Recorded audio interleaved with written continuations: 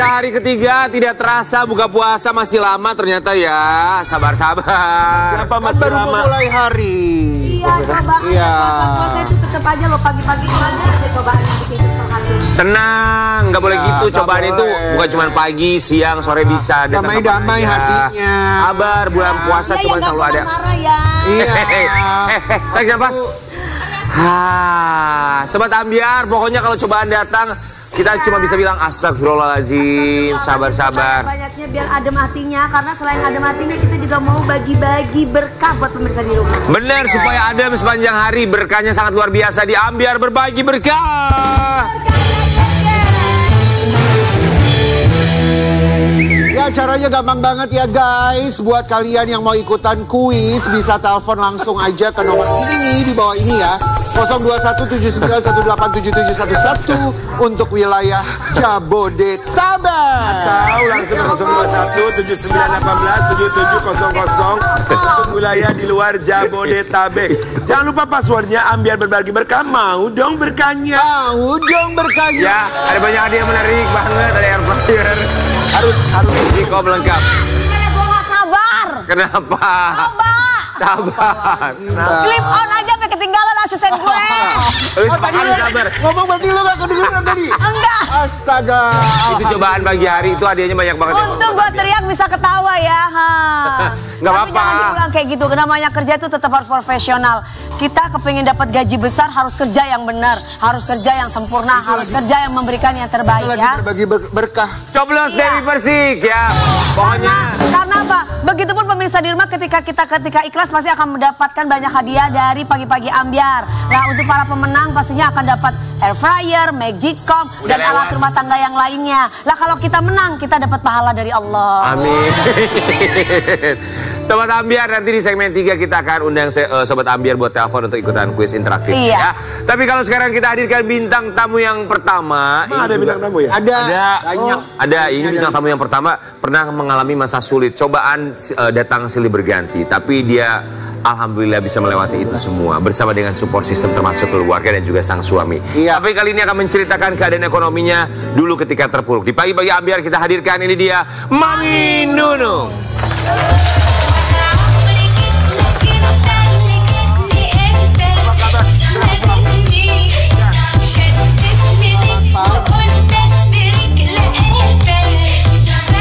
Mami, selamat pagi, apa kabar? Sehat ya?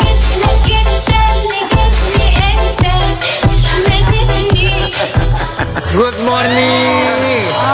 Mami Nunung tuh ya, pagi-pagi tuh udah cerah banget ya. Iya. Udah ceria banget. Udah cerah, Luar biasa loh, wangi segar, Wanginya padahal wangi selebriti dari tadi di parkiran. Udah kecium loh. Udah kecium ke sini. Sehat, Mami. Kita berempat mengucapkan Terima kasih. sudah menyempatkan waktunya datang ke sini. Terima kasih sama-sama. Mami gimana, posnya lancar? Lancar. Alhamdulillah. Puasa ya, Mami, puasa? Hari ini enggak. Hari puasa hari ini tadi ada masalah. Biasa lah ya. Tapi buat sahabat Ambiar, kita mau kasih lihat, nanti Mami Nunung boleh cerita-cerita sama kita semua di sini ya. Mami Nunung yang kabarnya sempat ada di kondisi kesulitan ekonomi. Seperti apa? Masa sih? Kita lihat satu ini ya.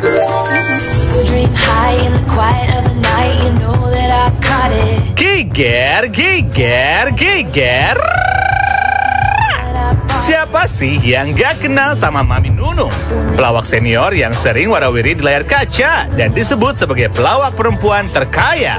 Tapi di balik kejayaannya itu, Mami Nunung pernah mengalami masa sulit sampai harus mencuri makanan di warung. Terus aku kepingin banget kokosan itu, ya Allah. Pengen banget kokosan gimana ya caranya? Tapi belum kebeli waktu itu. Nggak mungkin kebeli, nggak bisa kebeli. Terus akhirnya satu gerombol itu aku ambil, kan orang belanja pada sibuk gitu. Aku colong gitu, aku masukin ke celana. Aku masukin dulu. Gue terus banget apa ya lu? Semutnya keluar semua. This girl is on fire. Aduh, beneran sampai segitunya Mami Nunung. Jadi penasaran deh, gimana ya cerita selengkapnya? Hanya di Pagi-Pagi Ambiar, geger.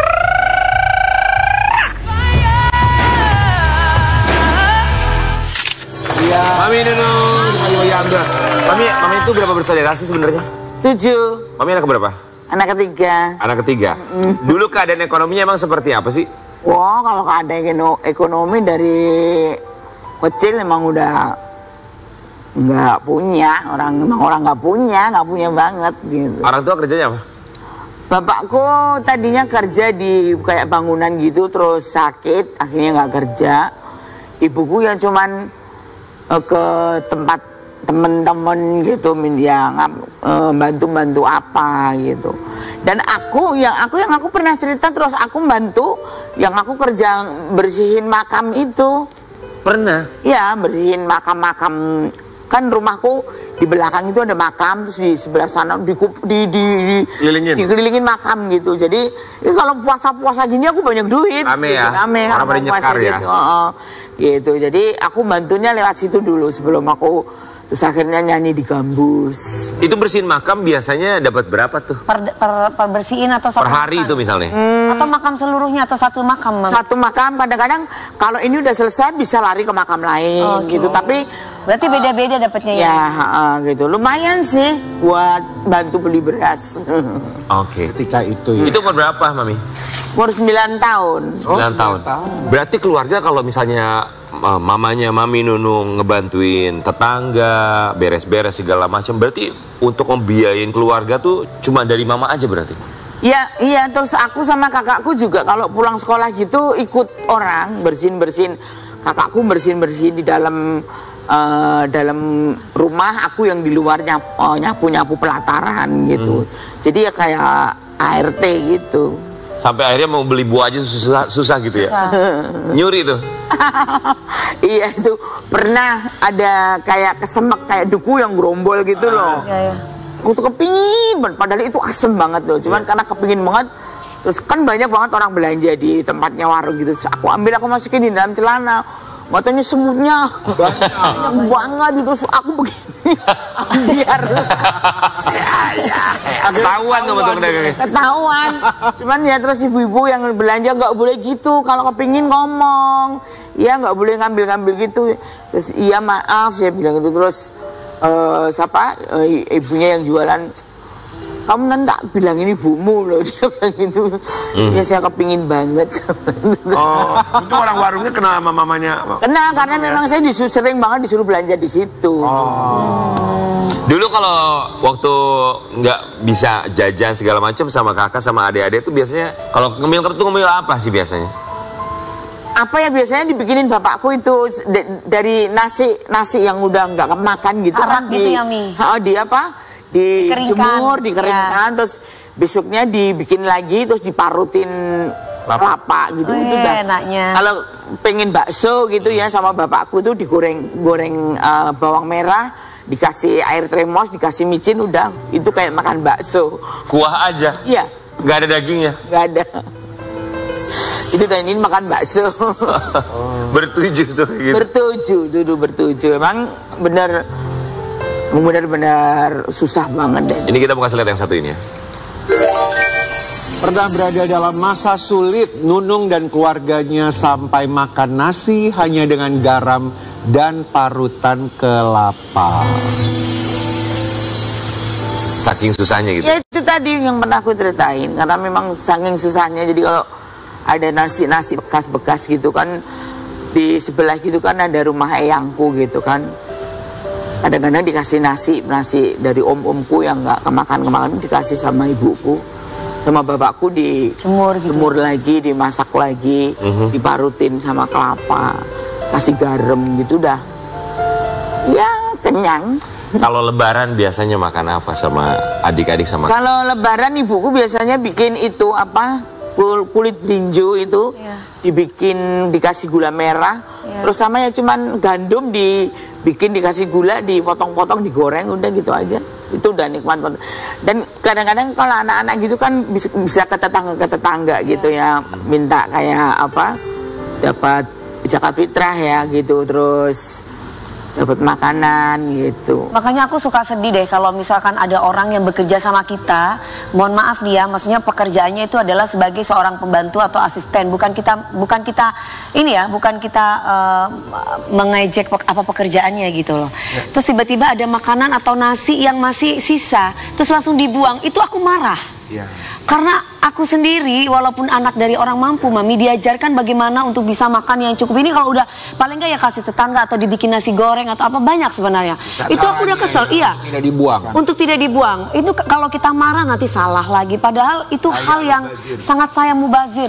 Udah ada di sampah itu, ada di Allah gitu. Aku sampai sekarang ini ya, sampai sekarang ini berumah tangga sama Ian, kalau ada makanan yang sisa-sisa nggak habis, justru malah Ian itu yang sering bagi-bagi nggak dijemur, dijemur dikeringin, nanti kalau udah kering digoreng dikasih gula merah. Itu enak ya, Itu enak banget loh, enak. Itu jadinya enak. Sampai sekarang. Jadi di rumahnya Mami Nunung kalau orang lihat kejemuran tuh akan ada nasi yang dijemur gitu. Oh iya. Malah Ian yang sering jemur. Ian itu juga mungkin dulu keluarga nggak punya juga ya, dari sama seperti saya. Cuman kalau saya mungkin sekarang kan nggak ada waktu, jadi Ian kadang-kadang yang ngumpulin kayak gitu. cemilan laule gitu ya. Itu masih ada itu di rumah, ada 2 toples gede. Biasanya digoreng dikasih garam. Udah gitu. Masih ya. Tapi buat Sobat Ambiar, tadi Mami Nunung sempat cerita bahwa memang pernah juga menjadi pembersih makam, kemudian bergabung juga bersama grup musik ya. Nah, kita juga mau kasih lihat yang kabarnya Mami Nunung pernah menjadi seorang penyanyi di usia 9 tahun. Wow. Umur 9 itu udah sebetulnya sih belum mapan banget karena aku sudah mulai nyanyi. 9 tahun. 9 tahun aku Udah nyanyi. Udah nyanyi. Dulu waktu mic-nya itu kan masih di atas gitu dulu. Jadi aku tuh masih digendong di sini. Dulu ada penyanyi legend gitu ya, namanya Bu Sarbini sama Pak Sarbini, itu masih ingat banget aku. Iya. Jadi ini setelah jadi pembersih makam nih. Ya. Yang ngajakin nyanyi siapa waktu itu pertama kali? Yang ngajak dulu di Solo itu ada salah satu grup gambus dari Banjar ya, dari Banjarmasin, namanya Orkes Melayu Barito. Dari Banjarmasin. Tapi mereka pekerjaannya bikin emas gitu, dan terus mereka bikin salah satu grup gambus namanya Barito. Nah, aku tuh ditolong sama mereka gitu loh. Dulu itu ada orang, kan aku punya tetangga penyanyi top, ya udah top di Solo gitu. Nah, orang yang namanya Mas Samsuri itu disuruh jemput Mbak Endang Sarwanti, itu keliru, yang dijemput aku ikut aja gitu loh.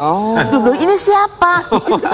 Mbak Endang itu jadi yang penyanyi topnya tetangga. Iya. Tapi Mami yang Aku yang dijemput, memang Mas Samsuri itu agak kurang gimana gitu loh. Terus ya kamu penyanyi kan? Iya. Saya juga penyanyi, saya dijemput gitu. Dan gara-gara salah itu terus yang punya orkes itu kasihan mungkin lihat saya ya. Terus dan saya dicoba nyanyi kan di studio, udah kamu latihan coba nyanyi. Aku masih ingat banget lagu Hitam Manis itu pertama kali aku nyanyiin.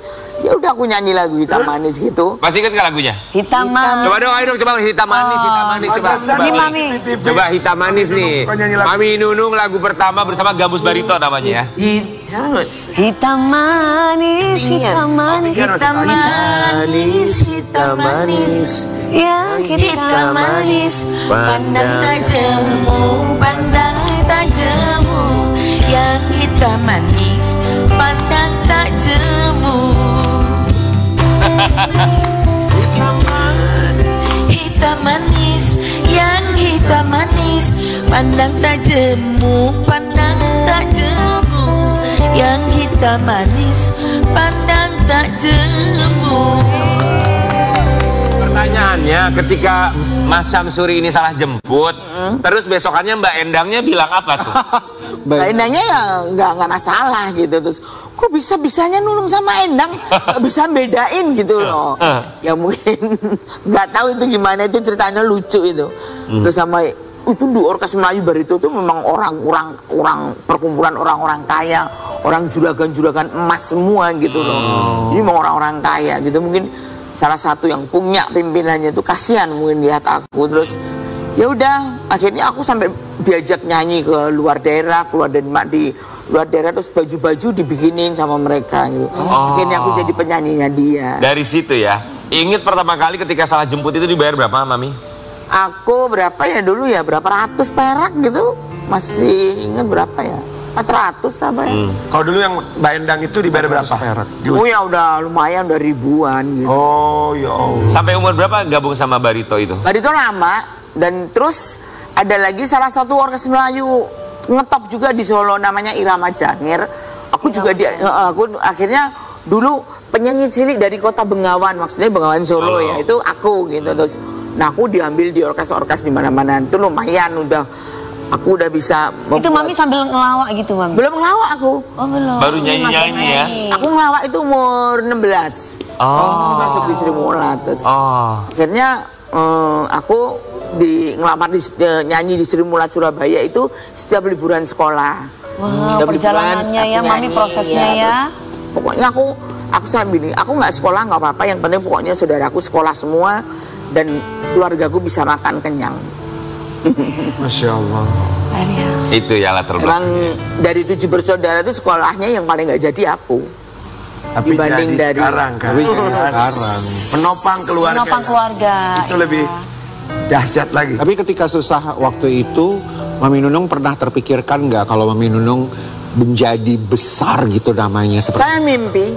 Oh, ada mimpi. Saya bilang sama ibu saya, kalau saya membuat kesalahan, aku ngambil uangnya ibu saya. Aku selalu bilang gini, kamu kok uangnya ibu tinggal segitu kamu ambil.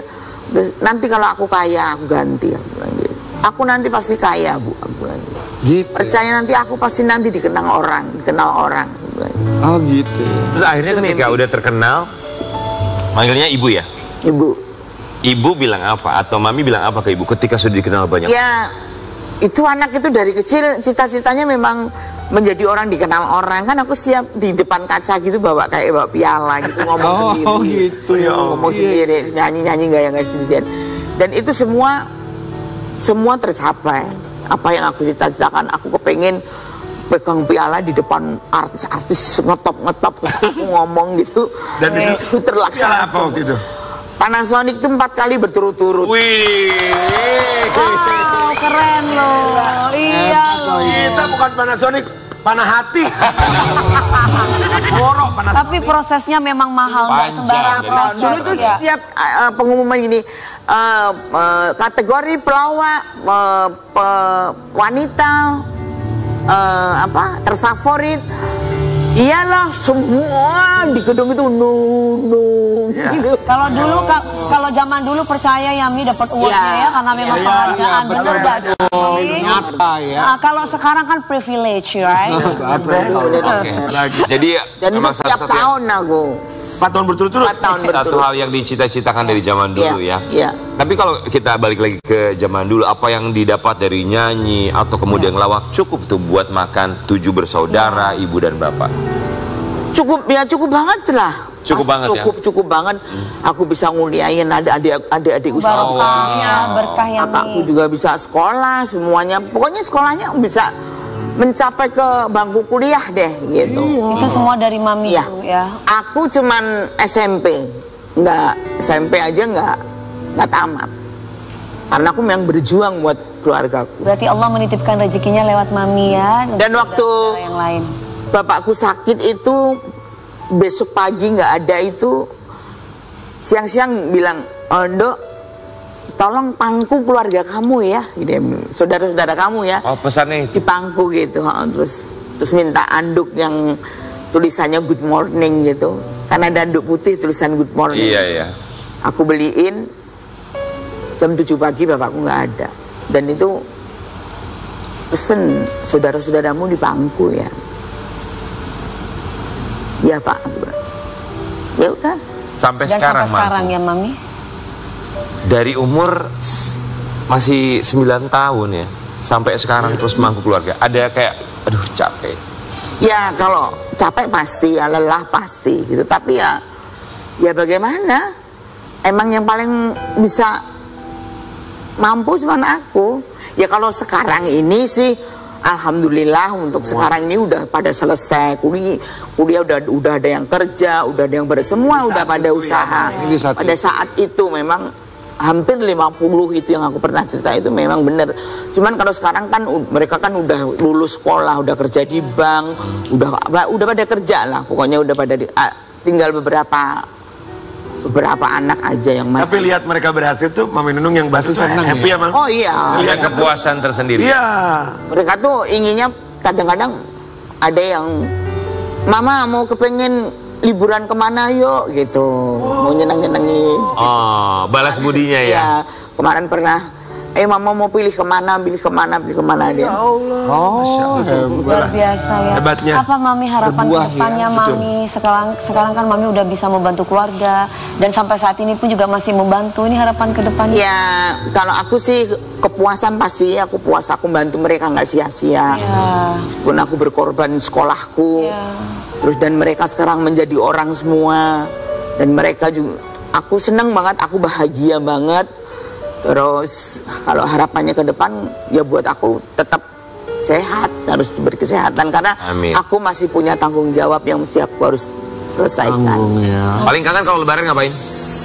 Lebaran kalau dulu kan bagi-bagi duit, sekarang justru malah mereka yang datang ke aku terus ngadiain aku apa. Wih, alhamdulillah. Itu apa yang kita tanam itu yang kita tuai ya. Momen puasa dan juga lebaran momen yang memang paling kita rindukan kalau memang kita bersama dengan keluarga, kumpul keluarga. Itu momen-momen yang luar biasa nikmat sekali. Tapi lain halnya barangkali ketika kita sudah harus kehilangan seseorang, karena pada akhirnya kita akan kehilangan siapapun itu yang ada di samping kita. Ketika masa puasa atau bulan Ramadan akan menjadi masa tersulit, apalagi lebaran. Termasuk pasangan yang satu ini, kita tahu bahwa ibunda tercinta meninggal dunia beberapa waktu yang lalu. Kita akan mencari tahu apa perbedaannya di bulan puasa kali ini. Di pagi-pagi ambiar ada pasangan selebriti Bella Sophie dan juga Daniel Rigan.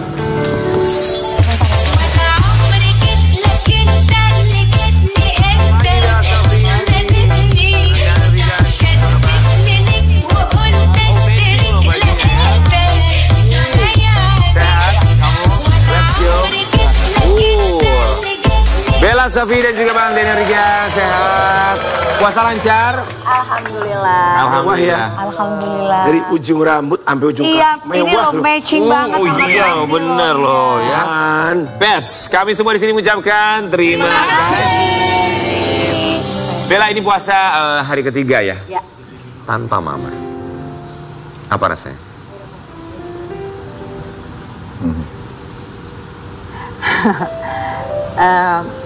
Kalau kemarin kan suami kan emang sibuk di kampung ya. Nah sekarang kalau misalnya ada suami, ada papa, jadi ya terobati lah gitu. Kita mau kasih lihat lu yang satu ini buat Sobat Ambiar. Puasa tahun ini Bella Sophie tanpa ibunda tercinta. Kamu dan segala kenangan. Giger. Sobat Ambiar, tahun 2024 menjadi tahun paling berat yang dialami oleh artis cantik Bella Sophie. Ia telah kehilangan salah satu orang yang paling ia cinta, yaitu sang bunda yang telah tutup usia pada awal bulan Januari lalu. 1000 pelukan pun takkan cukup. Dan di Ramadan tahun ini, Bella Sophie ungkap rasa rindu kepada sang ibu. Seperti apa sih cerita selengkapnya? Hanya di Pagi-Pagi Ambiar, Geger. Kisah kita berdua untuk selamanya.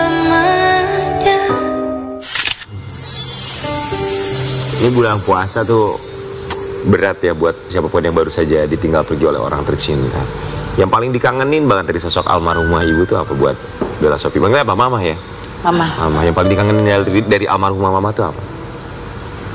Yang paling dikangenin pasti kalau misalnya kayak kemarin puasa pertama kan kita pasti buka puasa bersama. Terus kalau misalnya puasa kan mau buka puasa, dia udah tanya, nah nanti pengen makan apa? Misalnya besok pengen makan apa? Nanti mama mau masak gitu, nanti datang. Nah, suami kan suka ikan gitu, terus suka ubi. Nanti kan ubi dari rumah mama itu kan emang bagus ya, pisang-pisangnya juga bagus. Nanti bawa gitu. Dia emang sayang juga banget sama menantunya gitu. Aduh aku. Jadi berasa banget ya kalau puasa tanpa ada mama, apalagi biasa menyiapkan buat buka puasa. Kalau buat Bang Daniel Rigan sendiri untuk bisa menjadi support system seorang Bella Sophie ketika dia merasa sedih, pasti berat rasanya bagi siapapun yang puasa tanpa orang tua di tahun pertama. Gimana cara menguatkannya? Ya, memang Bella dekat sama ibunya dan dia sangat sayang ya sama mamanya. Jadi rasa kehilangan itu memang terasa dulu. karena apalagi mama itu selalu ada di grup keluarga dan biasanya pagi-pagi itu kalau bunyi itu mama yang duluan. Grup WhatsApp. Ya, selalu nanya cucunya. Tiba-tiba dalam waktu yang panjang tiba-tiba terus hilang gitu kan, tidak ada bunyi lagi pagi-pagi. Ya. Sangat terasa ya itu ya. Lalu saya lebih banyak dekat sama Bella sekarang. Nah, kalau dulu mungkin kegiatan kita selalu, saya kadang-kadang di Maluku, dia di sini. Sekarang saya lebih banyak punya waktu dengan di Jakarta. Ya, terus lebih dekat dengan ayahnya, mertua kami, karena beliau kan kakek sendiri sudah beliau sudah seorang kakek tapi masih manja ya, dekat sama oma itu. Jadi sekarang perlu kami dekati, temani. Saya ajak ke Maluku kemarin sama-sama saya dan sekarang baru pulang dari Maluku, sehingga itu sedikit bisa membawa beliau mengobati, melupakan. Buat sahabat Ambiar, nanti kita akan cari tahu lagi bagaimana duka seorang Bella Sofie ditinggal ibunda tercinta, apalagi di bulan puasa seperti sekarang. Sesaat lagi tentunya hanya di Pagi-Pagi Ambiar.